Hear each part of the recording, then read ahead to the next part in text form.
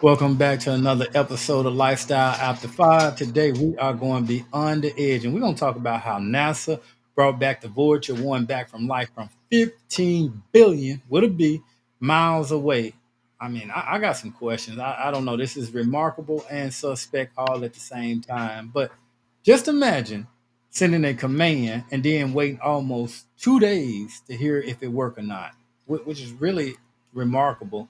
This thing was launched Facts. back when I wasn't even a teenager when it's launched. Now, hell, so 40 some years from now, Yeah, but we're that's having to crazy. wait from a billion miles away. So, I mean, like I said, this is impressive, and I got questions. Y'all stay tuned. We're gonna dig into this story. Yeah, been putting in work. Just all the different space people, space missions that's been taking place. It's really awesome. I love stuff like this. I mean, I always been into spaceships, but in November of 2023, Voyager 1's flight data subsystem suddenly stopped transmitting its usual stream of telemetry and began spitting out unreadable gibberish.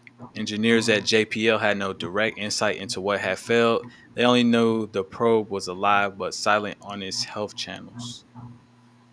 So, April 18th, 2024, after months, they the JPL uplinked a novel poke command that forced the FDS to dump its raw memory contents back to Earth. That's crazy.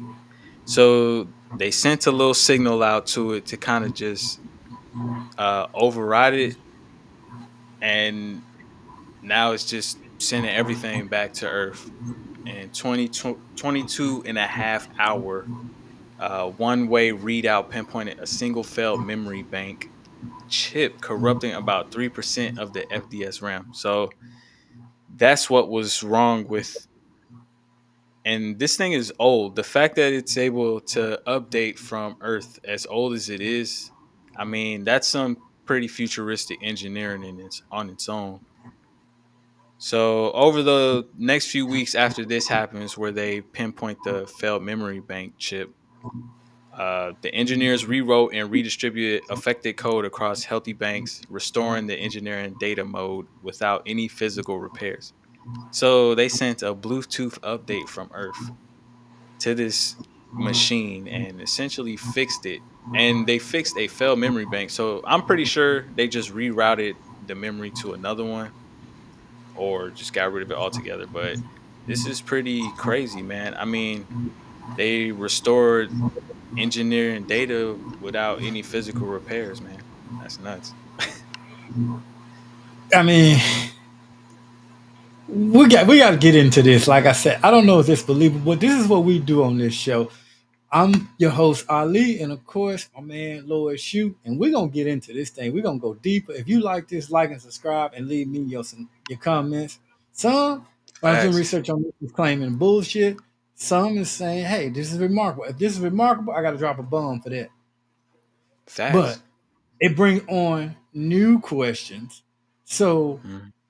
based on the article, after engineering telemetry returned in April, two of the Voyagers, one of four science instruments, resumed sending data in May. And by June 13th, all four measuring plasma waves, I don't know what plasma waves is, magnetic fields, and charged particles were back online.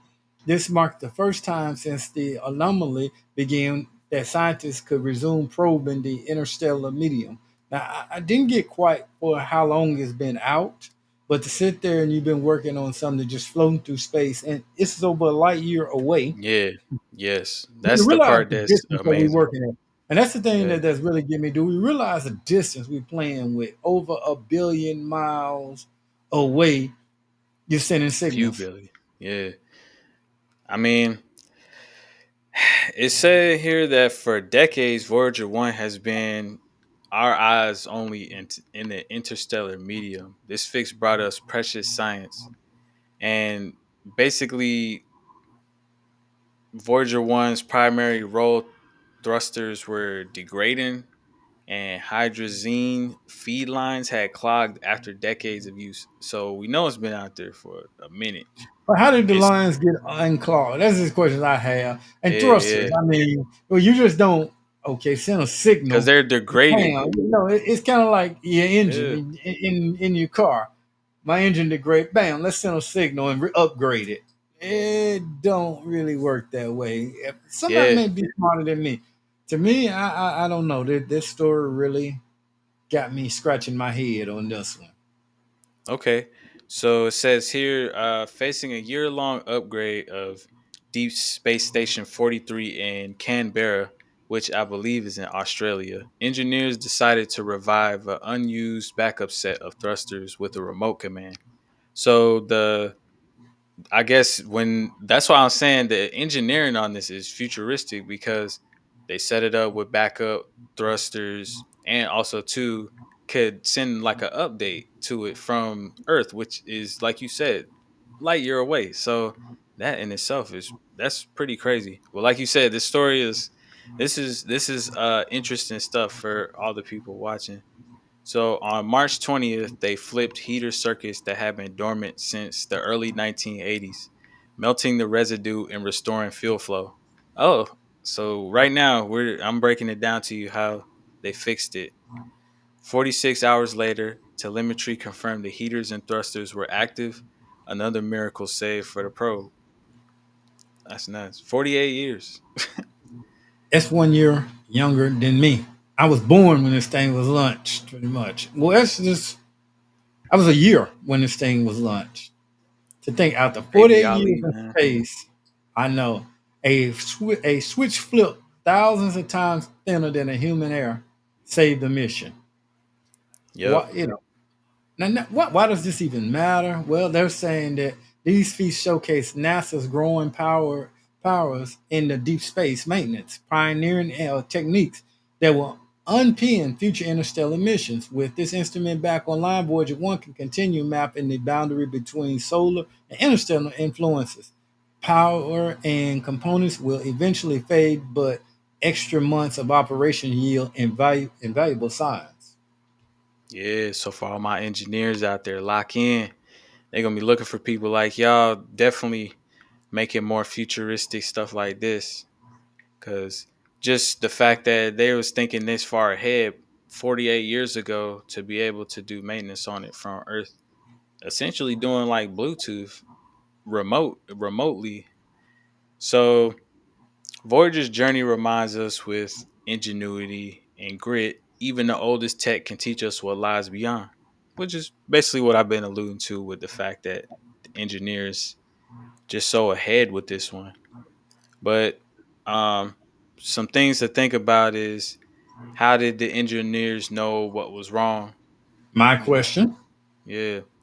So They said, according, go well, ahead. yeah, go ahead. Nah, you good? Yeah, No, I yeah. mean that was one of my questions that I. How did the engineers even know what was wrong with the signal? And like I said, according to the research, because these are questions that I'm Mhm. pretty sure a lot of listeners got. After the Right, right. telemetry went dark, teams hypothesized a memory bank fault. The poke command, which we just got pokes, I just learned about pokes a few years ago. So how can an older system take poke? But anyway, the poke command on April 18 forced a full memory dump, which, like I said, 40, which after 45-hour round trip revealed exactly which chip had failed, then transported the corrupt code into a healthy memory section to bypass the hardware fault. See, pretty much. So it wasn't too crazy of a fix. I mean, that's like kind of what you would expect to do. But just the fact that they able to do it from Earth from a light year away is But I man. still got Shout out to questions. them. Yeah. Oh yeah. We got the Definitely bum on still that. got more questions. But I still got questions. How can the signal travel from Earth to Voyager 1 and back? We talking a billion miles. We can't even get a good cell signal here on Earth. Hell, Right. I got dead spots here on Earth, and you telling me you can go a billion miles with a signal? Hell, my Wi-Fi goes out. Right. That just goes to tell you, man. I don't know.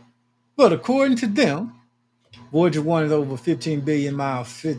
not even a billion, 15 billion miles away from Yeah. Earth. Radio waves travel at the speed of light. Some type of science thing. So each command takes about 22.5 hours one way. NASA's Deep Space Network uses 70M class antennas to focus and amplify these faint beams so Voyager can hear us. And we can decode its whispers across the void. I don't know on that one. But I still got more questions. What about you? You got any questions on this? I mean, is this making sense to you? Or is it just me? Yeah, just from what I'm reading, and even before we even got to the conclusion we just made to, I pretty much knew how they fixed it. But only thing is, I mean, as far as like, signal, yeah, I we've been sending signals to like shit light years away for ever. We've been doing that. As far as what NASA been saying, Why we suck at sending signals on Earth then? they don't suck. It's just people buy into that shit. Like they buy into it. If Cox Cable been trash, uh, What I'm saying, Verizon been I'm saying for trash. this, you can send a signal billions of miles away, but here I am, I got dead spots on Earth. Yeah, this is why we have this show. So Ali is realizing some valuable information about how these companies are. They, if no one else build these type of platforms, right, y'all, then you end up having to use what's out there, and it's usually going to be the main corporations that's been doing this forever. So I mean, yeah, and it's pretty the third trash. question But I had, there's other alternatives like Starlink. Starlink does the we signal doesn't drop with that. still remains to be seen, but technology has changed. My third question: technology has changed a whole lot in True. 40 damn Yeah. years. How did they stay compatible with the Voyager to be able to put some of this information, even be able to update it? A lot of stuff you can't even find now. Yeah. So, according to the research, when I asked this question, the Voyager's onboard computers encode date to the 70s with no modern stimulators. Engineers worked eyes Yeah. only from paper It's sketch basically schematics, on paper. manually reviving and triple checking each legacy code patch to ensure seamless integration in the probe's constraints, memory, and processing architecture. Uh, I don't know on that one. Certain things, you know, I don't know on that one. That's all I can say. I don't know if I'm completely convinced. And then four, if the probe can be repaired billions of miles away, why can't they just shoot a signal and repair our cars and fix them remotely? And a lot of So it our says appliances. here, actually, many modern cars support over the air updates. Tesla and others routinely push new features wirelessly. The key differences are scale, security, and regulatory requirements. NASA systems undergo exhaustive verification to prevent a brick spacecraft. Automakers must balance safety, bandwidth, and mass market reliability. As telematics mature, expect more virtual service visits in your driveway. Yeah, I kind of see that coming too. Just with how We talked everything about that. rolling out with um, what's that company called? The Karma that where you can order your car online. Credit, Yeah, Carman, Carvana, yeah, Carvana. Carvana. Yeah, yeah, yeah. Thank you, Yeah, man. we talked I about could that in not the remember previous that shit. episode about subscription-based driving, where you won't Yeah. own Oh the yeah, yeah, vehicle, you won't own yeah. anything. It all be It subscriptions. You all have to. comes back together too. But man, it's basically all of this to me is the same. And for people who know Lord Shoot, I mean, Ali been saying he ain't been convinced by none of this shit.